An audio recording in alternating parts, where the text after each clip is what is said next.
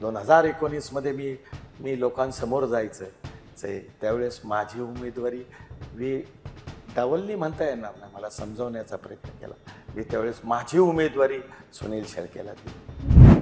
साहेब, त्यांना फक्त माझा एकच प्रश्न आहे, तुम्हाला नगरसेवक कुणी केला? हा एकमेव कार्यकर्ता असा आहे साहेब, मी कोणाचा 1 रुपया पण घेत नाही, शिवत पण नाही. ज्यांनी समाजाची क्रांती केली ह्या तालुक्यामध्ये, ज्यांनी नेतृत्व केलं, ती मंडळी तर आज माझ्या बरोबर आहे. बरोबर.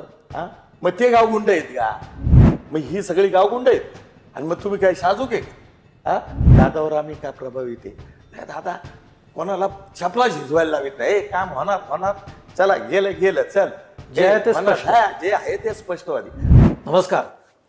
विधानसभेच्या निवडणूक पार्श्वभूमीवर सध्या राजकीय वातावरण हे चांगलंच तापलेलं आहे. त्यातून आपण जे म्हणतो की उमेदवारीवरून किंवा जागा वाटपावरून सगळीकडे आपल्याला नाराजी बघायला मिळते. त्यातून महायुतीमध्ये बंडखोरीचं प्रमाण हे सगळ्यात जास्त बघायला मिळत आहे. अर्थात वरिष्ठ नेत्यांकडून ही बंडखोरी थोपवण्याचे प्रयत्न झाले, काही ठिकाणी यश आलं, काही ठिकाणी आलं नाही. परंतु आपण बघतोय की पुणे जिल्ह्यातला मावळ विधानसभा मतदारसंघ जो आहे तो अत्यंत महत्त्वाचा मतदारसंघ, अत्यंत मोठा मतदारसंघ आणि अत्यंत लक्षवेधी मतदारसंघ. पण तोच मतदारसंघ आता लक्षवेधी ठरतोय, कारण राष्ट्रवादी अजित पवार गटाकडून विद्यमान आमदार सुनील शेळके यांना उमेदवारी दिली गेली आणि इथेच बंडाची ठिणगी पडली, इथेच वादाची ठिणगी पडली. बापू भेगडे, जे राष्ट्रवादीचे, ज्याला आपण म्हणतो की सच्चा कार्यकर्ता, निष्ठावान कार्यकर्ता, कुठेतरी बापू भेगडे नाराज झाले आणि त्यांनी एकच चाल खेळली. ही एक चाल जेव्हा ते खेळले, या चालीमागे नेमकं काय आहे, ही चाल का खेळली, या चालीमागे कोणाकोणाचे पाठिंबे आहेत आणि या चालीमागचं नेमकं कारण काय आहे, हे सगळं शोधण्याचा आपण प्रयत्न करणार आहोत. आपल्याबरोबर आहेत बापू भेगडे. सुरुवात मी खरं तर एका म्हणजे समोरच्या उमेदवारांनी आत्ताच्या काही कडू किंवा जे कठोर किंवा जे लागतील असे काही आरोप केलेले आहेत. पण मी जरा सुरुवात थोडीशी त्या प्रश्नाने नाही करत, कारण मला असं वाटतं सुरुवात जरा चांगली व्हावी, त्यामुळे मी हे करतो.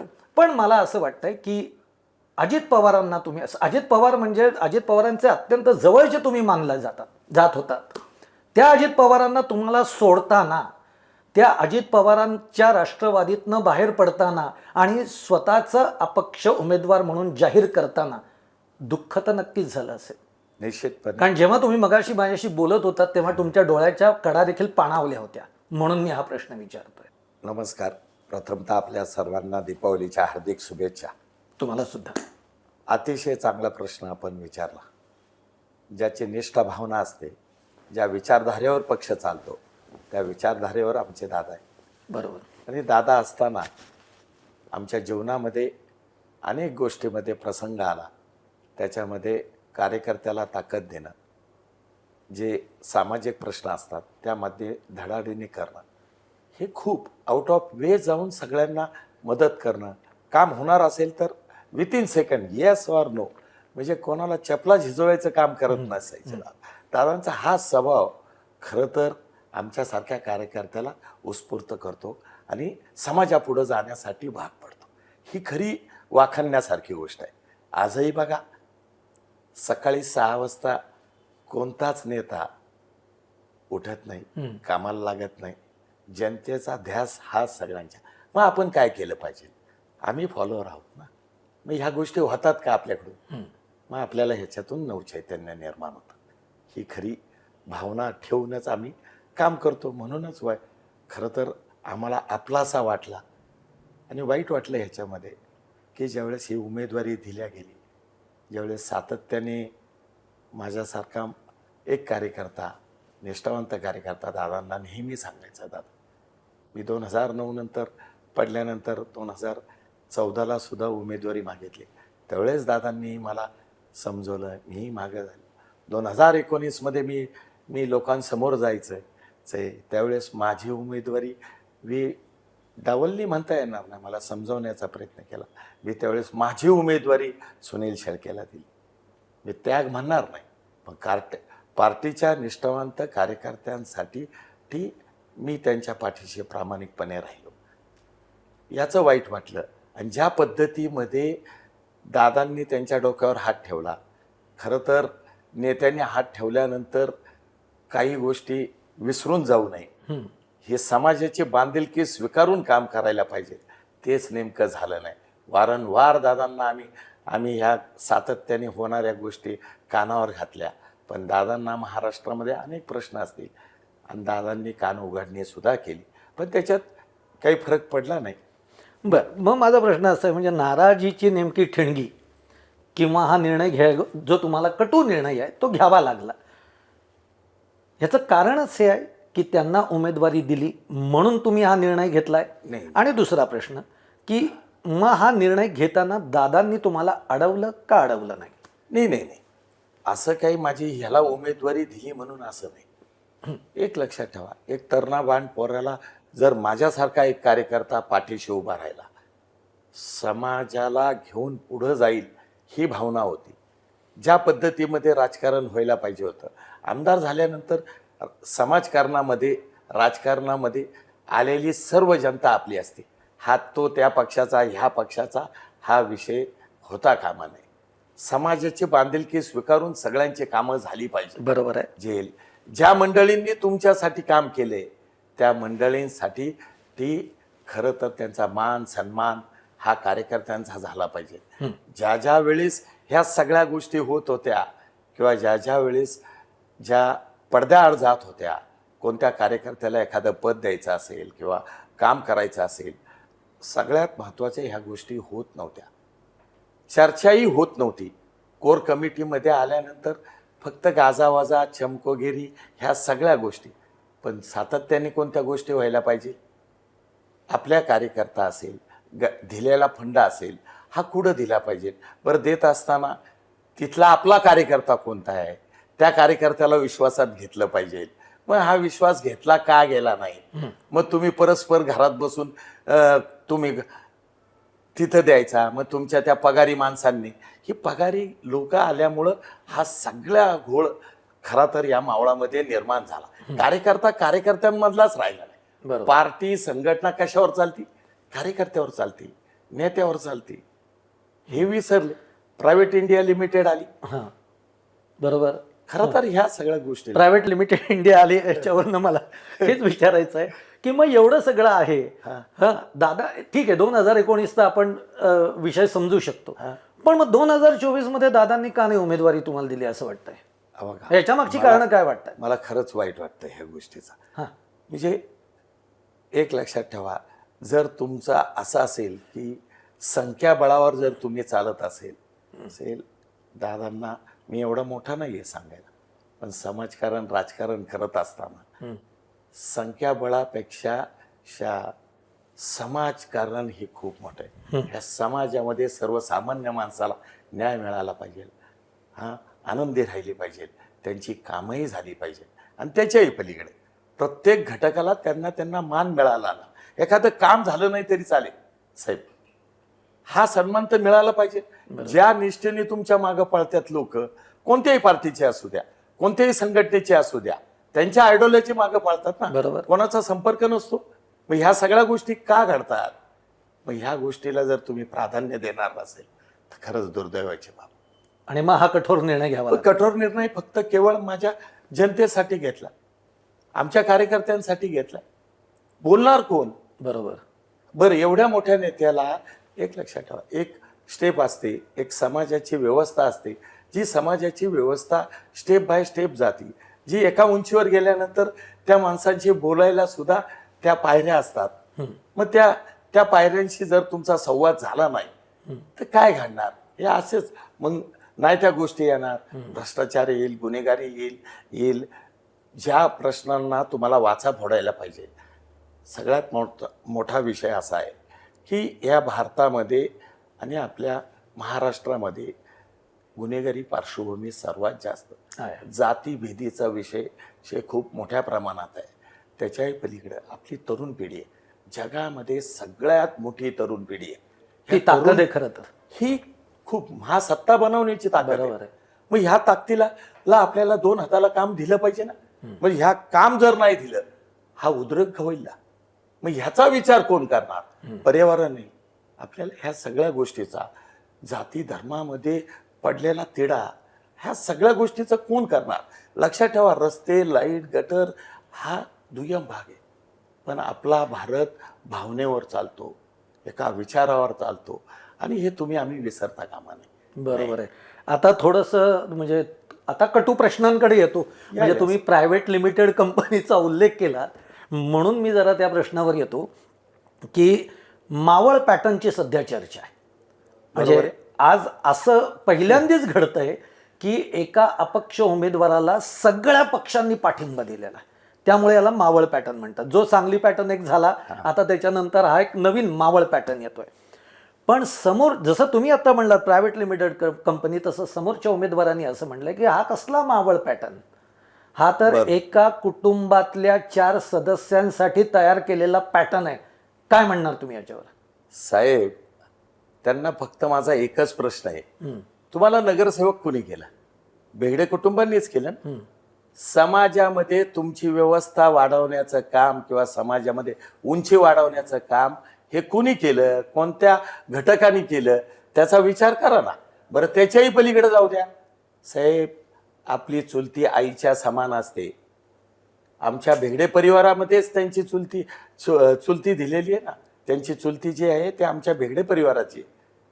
मग तुम्हाला जर भेगडे परिवाराने एवढं केलंय आणि तुम्हाला ह्या मावळ तालुक्याचा इतिहास कल्पना असेल. बरोबर. भेगड्यांविरुद्ध भेगडे लढलेत ना. ही पारंपरिक आहे ना. हा बापू भेगडे गेल्या 2019 मध्ये सगळ्यात पहिलं भाषण ह्या बापू भेगडेंनीच केलं ना. काय केलं हे समाजाला माहिती आहे ना, तालुक्याला माहिती आहे ना. मग जर माझी एवढी निष्ठा आहे आणि कोणते भेगडे? बरं, तर आमचे भेगडे तुमच्या स्टेजवर नाही का? बरं, माझ्या बरोबर जी मंडळी आहेत ही भेगडे आहेत का? सातकर आहेत, काळोखे आहेत, दाभाडे आहेत, तुमच्या माहिती आहेत खानबोरे, पडवळे, ढोरे, तुम्ही सांगा ना. नाही, कदाचित त्यांचा रोख असा असेल, त्यांचा रोख हे मागण्यामध्ये असाही असेल की झालंय असं की महायुतीमधनच ही बंडखोरी झाली. बाळा भेगडे जे आहेत त्यांनी भाजपला, त्यांनी देखील म्हणजे वरिष्ठ नेत्यांनी एवढं सांगूनही बाळा भेगडेंनी ऐकलेलं नाही आणि बाळा भेगडे आज तुमच्या पाठीशी उभे आहेत. कदाचित हे त्यांना कुठेतरी असं वाटलं असेल की तो त्यांचा प्रश्न आहे ना. बाळा भेगडे असेल किंवा हे असेल, बाळा भेगडे आणि भाजपची जी वरिष्ठ मंडळी असेल, ह्या मावळाचा जे चाललेले जे प्रश्न आहे ते माझ्या विचाराला असेल, माझ्या विचाराबरोबर आलेत ना. त्यांची आयडिओलॉजी वेगळी आहे, बरोबर, आमची वेगळी आहे, इतर पक्षांची पण आयडिओलॉजी वेगळी आहे. एका विचारावर ज्या वेळेस येते सगळी ही मंडळी येते, ती काय येते हा सगळ्यात मोठा प्रश्न आहे. मग तो कशासाठी येते? मग ही चाललेली व्यवस्था ही चुकीची आहे, या गोष्टीसाठी आपण एकत्र येतो. मग त्या कोणत्या गोष्टी आहेत? मग त्याचं नेमकं चिंतन त्या विशिष्ट पक्षांनी केलं असेल ना. हा, मग एक लक्षात ठेवा, जो जर सेंट्रलला किंवा या राज्यस्तरीय पक्षामध्ये काम करणारी इतकी मोठी मंडळी आहे, ती तर इतकी काही वेडी नाहीये की बाबा कोणालाही पाठिंबा देणं किंवा कोणाबरोबर काम करणं. मग जर समाजकारणाची धागेदोरे जर तिथंच येत असतील, एकाच चौकात येत असेल, सगळ्यांचे विचार एका जागेवर येत असेल, तर त्या विचाराला प्राधान्य देण्याचं काम खरं तर त्या राज्यकर्त्यांचं आहे. मग त्याच्यामध्ये सामान्य कार्यकर्ता असू द्या, नाही तर मोठ्या स्तरावरचा तुम्हाला पाठिंबा आहे का अंतर्गत, म्हणजे छुपा पाठिंबा आहे? छुपा पाठिंब्याचा काही विषय नाहीये. त्यांची आयडिओलॉजी वेगळी आहे. फक्त ते मावळासाठी करतात, मावळ्याच्या जनतेसाठी करतात किंवा त्या मावळातील चाललेल्या चुकीच्या व्यवस्थेला ते भीक घालत नाही, असं माझं वैयक्तिक मत आहे. बरं, पण पाठिंबा भाजपचा पाठिंबा तर छुपा म्हणण्यापेक्षा कोणतीही मंडळी छुपा देणार नाही. कारण का? ही मंडळी ओपन येणार. यांनी तर उघडच दिला, उघड दिलाय का? उघड. भाजपच्या वरिष्ठांकडनं देखील तुम्हाला खूप अंतर्गत सपोर्ट आहे. साहेब, माझं त्यांचं कधीही बोलणं झालेलं नाही. बरं, हे कसं असतं, तिथे त्यांच्या पद्धतीमध्ये काम करतात. शेवटी साहेब त्यांना पण एका मोठ्या त्यांचं- नेत्याशी तुमचं बोलणं झालंय? नाही नाही नाही नाही असं ही खोटं बोलतात. हे खोटं बोलणं पण रेटून बोला. बर. हा बघा शरद पवारांशी बोलणं झालंय? साहेब मी अजून मोठ्या साहेबांकडेही गेलो नाही. लक्षात ठेवा माझी आयडिओलॉजी आहे ते. हां. हा ज्या पक्षामध्ये मी काम केलंय, जाऊ दे आमचं दुर्दैव आहे. शरद पवारांशी बोलणं झालंय का नाही? नाही साहेब. शिवाजी महाराज समोर? हा नाही आमच्या साहेबांशी काही बोलणं झालं नाही. एकदा भेटले होते ते कारखान्याच्या संदर्भामध्ये बोललंय बरं. बस. बाकी साहेब राजकारणाचा विषय कधीच काढत नाही. ठीक आहे, मी येतो त्या मुद्द्यावर यायचंच आहे मला. कारण जसा एक भाजपचा पाठिंबा झालाय हा. तसा तुम्हाला तोही एक पाठिंबा आहे, त्या मुद्द्यावर यायचं आहे मला. पण समोरचे जे आता विद्यमान आमदार आहेत हो. आणि जे उमेदवार आहेत त्यांनी अत्यंत जहरी टीका तुमच्यावर केली आहे की बापू भेगडे कोण आहेत, त्यांनी काय केलं असं 10 वर्षात. काय उत्तर देणार आहात तुम्ही? साहेब त्यांनी आत्मचिंतन करण्याची गरज आहे सगळ्यात महत्वाचं. बर. आणि त्यांनी जर विचारलेला असेल ना प्रश्न, हां. का खरंच मी त्यांचा खेद करतो. बर. का खेद करतो सांगतो. त्याच्या आधी मी नगरसेवक आहे. 25 वर्ष सातत्याने या नगरपालिकेमध्ये मी एक नगरसेवक आहे आणि वेगवेगळ्या प्रभागामध्ये. मला त्यावेळेस सुद्धा आदरणीय पवार साहेबांनी च्या सांगण्यावरनं भेगडे साहेबांनी मला खरं तर इथं नेतृत्व करण्याची संधी प्राप्त. त्याच्यामध्ये अनेक गोष्टी होत्या. त्या आमचे नेते बबनरावजी भेगडे असेल, सुरेश भाऊ असेल नाना कारके असतील, ही सगळी मंडळी ज्यावेळेस पार्टीमध्ये काम करत होती त्यावेळेस मला 25 वर्षे सातत्याने प्रामाणिकपणे काम. हा एकमेव कार्यकर्ता असा आहे साहेब, मी कोणाचा 1 रुपया पण घेत नाही, शिवत पण नाही. ह्या 25 वर्षाच्या कालखंडामध्ये त्यांनी दाखवून द्यावं हा की माझ्यावर भ्रष्टाचाराचा एकही आरोप आहे. त्याच्याही पलीकडं जे काम करील ते प्रामाणिकपणे करील. ज्याला काम होणार नाही. पण प्रशासकावर इतकं माझं नियंत्रण आहे साहेब की जर एखाद्या कामाला कार्यकर्त्याला खरंच आपल्याला अनऑथोराईज काम आहे, साहेबांशी बोलणं चालणं डायलॉग ठेवून साहेब जरा न्याय द्या.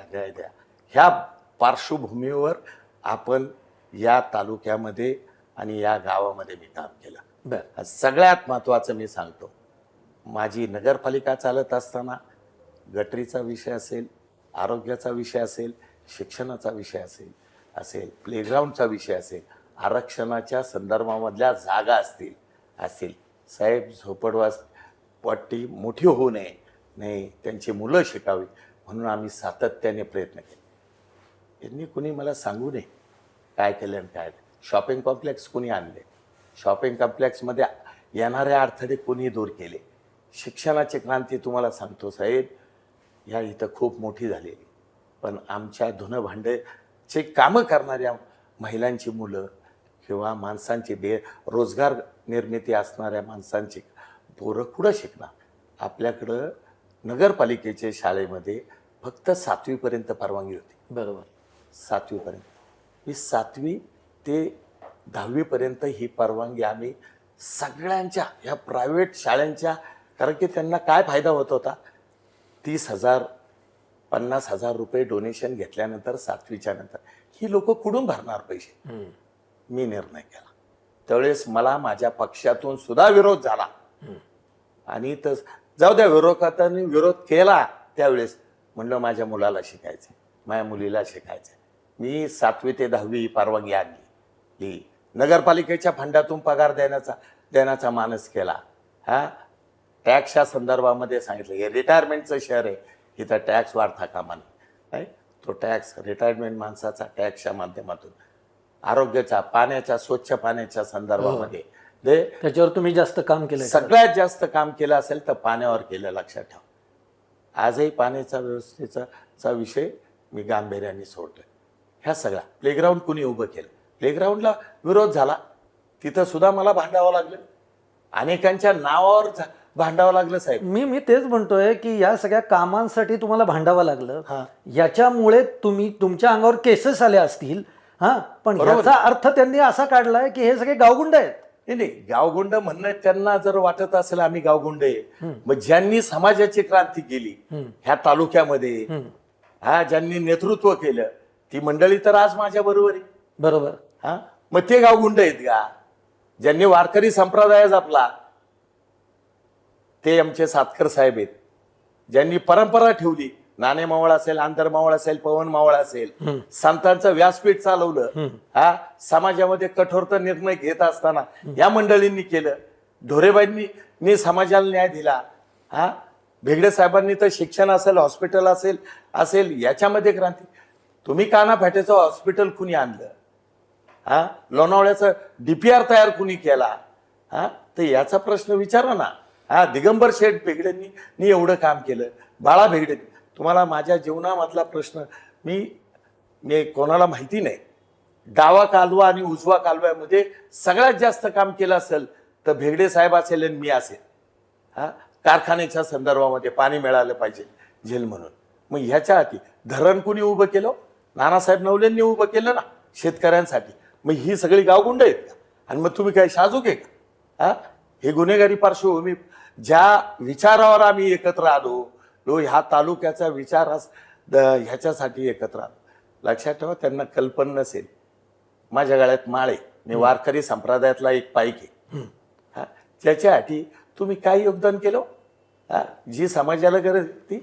वारकरी संप्रदायाचं नाव घेतलं, गळ्यातली माळ सांगितली, त्यामुळे एक प्रश्न विचारतो तुम्हाला की राष्ट्रवादी शरद पवार गटाने एक नवा डाव खेळला, इथं तुम्हाला पाठिंबा देऊन टाकला. म्हणून मी तुम्हाला मगाशी म्हटलं की शरद पवारांशी तुमचं काही बोलणं झालंय का? नाही. पण त्यांनी पाठिंबा दिलाय तुम्हाला.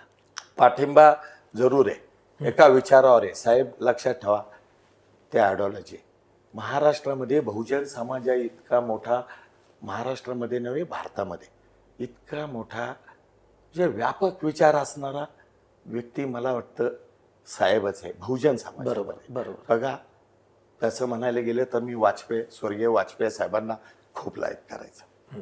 आत्ताही सुद्धा मी संरक्षण मंत्री राजनाथ सिंग साहेबांना मी त्यांच्या भाषेवर खूप प्रभुत्व व हिंदीवर प्रभुत्व, संस्कृतवर माणसं ह्याच्यामुळं प्रभावित होत असतात. दादावर आम्ही का प्रभावित आहे? दादा कोणाला छपला झिजवायला लावित नाही. काम होणार, चला गेलं चल, जे आहे ते स्पष्टवादी. आणि माणसाने स्पष्टवादी राहिलं ना, बघा, खोटं बोलल्यावर तुम्हाला कुठं नाही कुठं तरी पकडल्या जातं. खरं बोललं ना, खरं बोललं ना, काही लक्षात ठेवायची गरज लागत नाही. बरोबर. आणि कुठं पकडायची गरज नाही. चोरी केलेल्या माणसाला कधी पकडणं आहे, एक गोष्ट लपवण्यासाठी 100 गोष्ट. ही राजकारणातली ही अशी मंडळी नाही आहेत ना, म्हणूनच त्यांची आयडिओलॉजी झाली. यशवंतराव चव्हाणांना फॉलोअप केले त्यांनी सगळ्या मंडळींनी. हे का खरं सांगायचंय, आम्ही प्रभावित झालो ना. आपण समाजाची नाळ काय, येणाऱ्या शिक्षण म्हणजे आम्हालाही काय ते कळत नव्हतं, पण ज्यावेळेस समाजामध्ये वागत असताना ह्या सगळ्या गोष्टी आपल्याला कळतात ना. मी सारखं का हा प्रश्न विचारतोय माहितीये की सुनील शेळकेंनी लोकसभेमध्ये शरद पवारांच्या सभेला जाऊ नये यासाठी कार्यकर्त्यांना रोखला. हा राग कुठेतरी मनामध्ये आहे आणि म्हणून शरद पवारांनी हा एक नवा डाव टाकला की तुम्हालाच पाठिंबा द्यायचा. नाही, हे चुकीची गोष्ट आहे. लक्षात ठेवा, आपल्या महाराष्ट्राची नाही, या भारताची परंपरा आहे. आपल्या उंचीप्रमाणेच आपण वागावं. माझी उंची आहे ना, मी तेवढंच बोलावं. मी माझ्या बापाला उलट बोलणं नाही, त्यांनी जग दाखवले. याच्यामधून तुम्हाला काय समजायचं ते समजलं. मग म्हणून आता मला जे समजतंय, तुम्हाला शरद पवारांनी पाठिंबा दिला म्हणजे मवियानी पाठिंबा दिला, तुम्हाला भाजपनी पाठिंबा दिला, आता तर तुम्हाला मनसेही पाठिंबा देते, सर्व पक्षीय तुम्हाला. मग खरा कोण आहे तुमच्या मागे, ह्याचं उत्तर आम्हाला आता मिळावायचं. साहेब, माझ्या मागे संत तुकाराम महाराज आहेत, जे संत आहेत, ज्ञानेश्वर महाराज आहेत. त्याच्याही पलीकडं भेगडे साहेब असतील, सातकर साहेब असेल, ढोरे साहेब असतील, मदनशी बापना साहेब असतील, ही सगळे मंडळी. त्याच्याही पलीकडे या मावळातील 4 लाख लोकसंख्या, त्या सर्वसामान्य जनता माझ्या पाठीशी. त्या ताकदीवरच मी इथे आहे आणि त्याचीच पॉझिटिव्हिटी घेऊनच ही मंडळी. एक लक्षात ठेवा, मावळामध्ये जे काय चालतंय, काय चाललंय, काय नाही, प्रत्येक पक्षातला घटक नेता हा मागावा घेत असतो. साहेब, आता म्हणजे आपली चर्चा ही रंगत चाललेली आहे आणि तुम्ही अगदी मोकळेपणाने स्पष्ट उत्तरं देत आहे, म्हणून मला आता काही गोष्टींची स्पष्टता तुमच्याकडनं हवी आहे. जसं विरोधक जे आरोप करतायत ते मी तुम्हाला सांगतो, म्हणजे तुमच्या समोरचे जे काही उमेदवार आहेत ते जे आरोप करतायत त्यांचा एक आरोप असा आहे की कारखाना जो आहे आपला या म्हणजे इतर कारखान्यांमध्ये 3300 3100 असा भाव मिळतोय आणि आपल्या कारखाना हा 2600 2700 असा भाव देतोय. हा त्यातला बेसिक आरोप. FRPच्या बाबतीमध्ये सुद्धा ते बोलतायत. याला तुम्ही काय उत्तर देणार? साहेब, त्यांनी चांगला अभ्यास करायला पाहिजे. ज्या सहकार क्षेत्रामध्ये ते काम पाहतात किंवा आमदार आहेत त्यांनी खरं तर त्याचा सलोखा अभ्यास केला पाहिजे, डीपपर्यंत गेला पाहिजे. त्याची माहिती नसेल तर त्यांनी बोलू नये. हा सगळ्यात माझा पहिला सवाल. आम्ही सहकार क्षेत्रामध्ये कारखान्याच्या माध्यमातून काम करतो. साहेब, कारखाना हा फक्त 5 लाख क्रशिंग करतो. इतर कारखाने किती क्रशिंग करतायत? 10 15 लाख क्रशिंग करतात. बाय प्रोडक्ट किती आहेत याचा विचार करतायत का? यांना म्हणाव, ज्या ज्या वेळेस आमच्यासारखे तिथं कार्यकर्ते गेले, डायरेक्टर म्हणून आम्हाला शेतकऱ्यांनी तिथं पाठवलं त्यांचं नेतृत्व करायला. हा बाप्पू भेगडे मोठी गोष्ट करणार नाही तुम्हाला. आज पण या तालुक्याला माहिती आहे, जी मी बोलल ते करेल. को जनरेशन का पडलं होतं इतक्या वर्ष खोदत? बाप्पू भेगडेंनी स्वतःची जमीन गहाण ठेवली. 40 कोटी रुपये आम्ही आमच्या जमिनीवर इतर मला सहकार क्षेत्रामध्ये काम करणारी सर्व मोठी मान्यवर, अरे तू सहकार, तुझ्या जमीन गेली तर गेली म्हणलं, लोकांसाठी जाईल, शेतकऱ्यांसाठी जाईल. आम्ही को जनरेशन चालू केलं. त्या को जनरेशनचा इतका फायदा व्हायला लागला की त्याच्यामध्ये आम्ही पगार देऊ शकलो. सगळे हप्ते. आज कारखाना 1 नंबर, पहिल्या 5 मध्ये महाराष्ट्रामध्ये 1 नंबरला आलाय. का आला? मग त्यांना म्हणावं, FRP आम्ही नाही करत, सेंट्रल गव्हर्नमेंट करती. आली आमची किती? 2660 रुपये FRP आली साहेब. आली. केंद्र सरकारने सांगितले 2660 रुपयाच्या खाली एकही रुपया द्यायचा नाही. तुम्ही किती दिले शेतकऱ्याला? आम्ही पैसे दिलेले तुम्हाला मी माहिती आठवतो 2960 रुपये मी आत्ता शेतकऱ्याला पोच केले. हे का पोच केले? आम्ही शेतकऱ्याला किती डिफरन्स दिला? 300 रुपयाचा दिला ना. आणि त्याच्यामध्ये खरं तर मी शेतकऱ्यांचा धन्यवाद व्यक्त करेन. आमच्या इथे जगद्गुरु तुकाराम महाराजांचं खूप मोठं मंदिर होतं आणि ज्या नावाने आपला कारखाना आहे, खरं तर शेतकऱ्यांना खरंच त्यांच्याकडून शिकायचंय. आमच्यासारख्या राज्यकर्त्यांनी या आमदारांनी 10 रुपये साहेब दिले आपल्या ऊसातले 10 रुपये मंदिर बांधण्यासाठी प्रत्येक शेतकऱ्याच्या. म्हणजे आम्ही 2960 रुपये दिले, त्याच्यामधले 10 रुपये त्यांनी कोणाला दिले?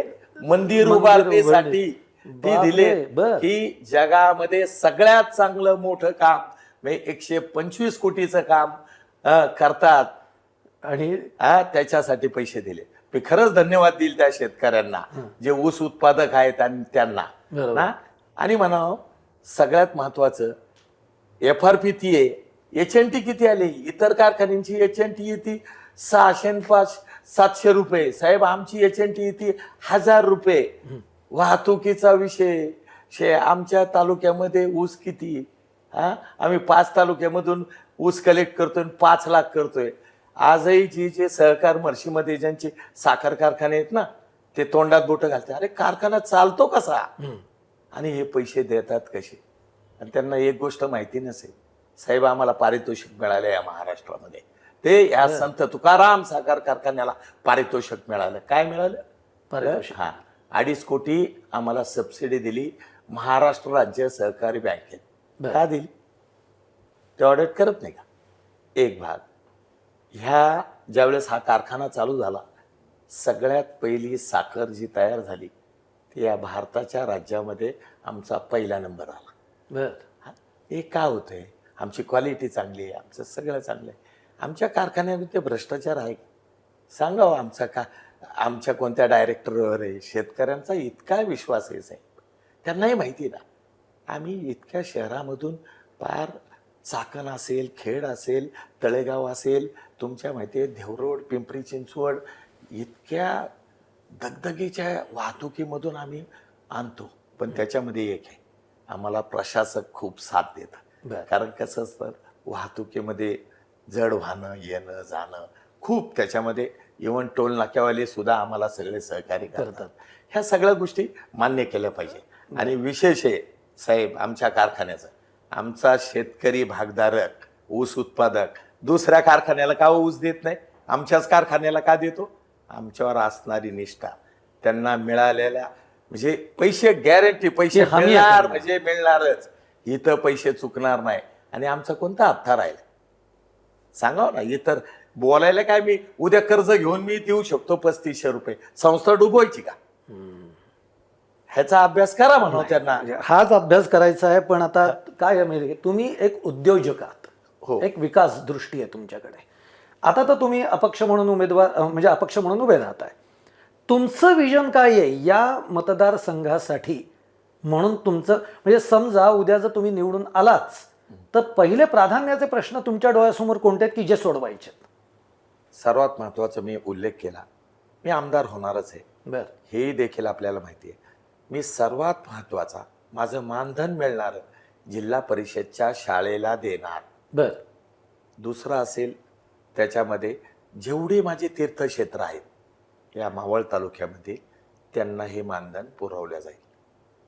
तिसरं एक विषय, सगळ्यात मोठा इश्यू आहे, महाराष्ट्रामध्ये अनेक मेडिकल कॉलेजेस आहेत, पण ह्या मावळामध्ये मुलींसाठी, महिलांसाठी खरं तर मी एक मेडिकल कॉलेज सरकारच्या धोरणाप्रमाणे आणेल. सरकारी कॉलेज आणेल, प्रायव्हेट लिमिटेड नाही नाही. याचा उल्लेख. आणि सगळ्यात महत्त्वाचा विषय, ज्याच्यावर हा देश चालतो तो माझे शेतकरी बांधव आहे. त्यांचा पुनर्वसनाचा विषय असेल आणि शेतीचा विषय असेल, पाण्याचा विषय असेल, खरं तर तो मार्ग लावल्याशिवाय राहणार नाही. बर आणि ह्या सगळ्या गोष्टी. आणि तुम्हाला कल्पना आहे, माझं चिन्ह ट्रम्पेट आहे. तिला तुतारी म्हटलं जातं, तिला मराठी आणि आमच्या गावरान भाषेमध्ये पिपाणी म्हटलं जातं. अरे तुम्ही म्हणजे माझ्या मनातलं प्रश्नाचं उत्तरच तुम्ही देऊन टाकलं. नाही म्हणूनच मी म्हटलं की ट्रम्पेट आहे, पण तुम्ही म्हटलं त्याला तुतारी म्हटलं जातं. तुतारीचं चिन्ह आहे, ज्यांनी तुम्हाला पाठिंबा दिलाय. नाही, नाही. तो त्यांचा तुतारीवाला पण माणूस आहे. हा योगायोग आला ना. नाही, नाही, तुम्हाला ट्रम्पेट- ट्रम्पेट, मराठीत तुतारी, तिकडे तुतारी, त्यांचं तुम्हाला पाठिंबा. हे गणित काय कळत नाही. आता हे सगळ्यात महत्वाचं आहे की आपण काय निवडलं पाहिजे. जे शासनाने जे हे दिलेले आहेत तेच घेतले ना. आता आमच्या डोक्यात होतं पण बघा ना, कप बशी केवढा घ्यायचं. योगायोग. कप बशी घ्यायचं माझ्या मनामध्ये होतं, कप बशी घ्यायचं. हा, मी सगळ्यात पहिली इलेक्शन 96ला लढलो ना, मोटरसायकल माझं चिन्ह होतं. बर हा, मग तेही बघत होतो, पण ते नाहीच आहे ना. हे मग आता राहिलंय कोण? आता इझी पोचण्यासाठी. म्हणजे हे चिन्ह तुम्हाला असं सूचित करतंय का की पुढची दिशा तीच? नाही नाही नाही, नाही नाही ना? साहेब, हा बघा, आमचे एक तर मावळवासी कसे आहेत, 3 विभागामध्ये गेलेले, अंदर मावळे, नाणे मावळे, पवन मावळे. साहेब तिथं आदिवासी भाग, आमचा शेतकरी कुटुंब, जी जुनी मंडळी आहेत, अशिक्षित म्हणता येणार नाही, ती खूप हुशार आहेत. ग्रामपंचायतीमध्ये कितीही चिन्ह असले ना, बरोबर पॅनलमधल्या माणसाला निवडून राहतात. बरोबर. हे सगळं आहे. पण चला इझी असावं, माइंडमध्ये काय यावं, ह्या 2-3 गोष्टी असतात. पण त्या गोष्टी, आणि पहिले सगळ्यात महत्वाचं ते डार्क पण दिसलं पाहिजे ना. हा, बस सगळ्यांना माहिती मी कोणाचा माणूस आहे, अरे साहेबांचा माणूस आहे, दादांचा माणूस आहे. मग ते हे हा सगळा म्हणूनच मी विसंगत. ट्रम्पेट हे तुम्हाला छान चिन्ह मिळालं असं म्हणतो. तुतारी किंवा पिपाणी हे मराठी माझे शब्द आहे. ट्रम्पेट हा इंग्लिश शब्द कोड सिटीमध्ये येईल साहेब. बरं. लेतले देवरोड येईल, लोणावळा येईल, तळेगाव येईल. पण मी आमच्या तुम्हाला दूर नेतो आणि तुम्ही पुन्हा तुतारीच्या जवळ जाताय. ठीक आहे, हरकत नाही. पण छान, तुम्ही मनापासून सगळी उत्तरं देताय. बरं, आता एक शेवटचा प्रश्न. संतांचे विचार, हा. संतांची शिकवण, ज्याच्यावर सतत तुम्ही भर देताय, हा. निवडून आल्यानंतर, तुम्ही आमदार झाल्यानंतर कुणाकडे धावणार, कुणाला पाठिंबा देणार? सगळ्यात महत्वाचा विषय आहे, साहेब. हे सगळ्यात माझ्या- महत्वाचा विषय आहे. हा, कारण हा, म्हणून बरोबर आहे. हा, सगळ्याकडे साहजिकच. लक्ष लागलेलं आहे हे साहजिकच आहे. की तुम्ही आता बापू वेगळे काय करणार. साहजिकच आहे. हा तुम्ही प्रश्न मला विचारणार आहे.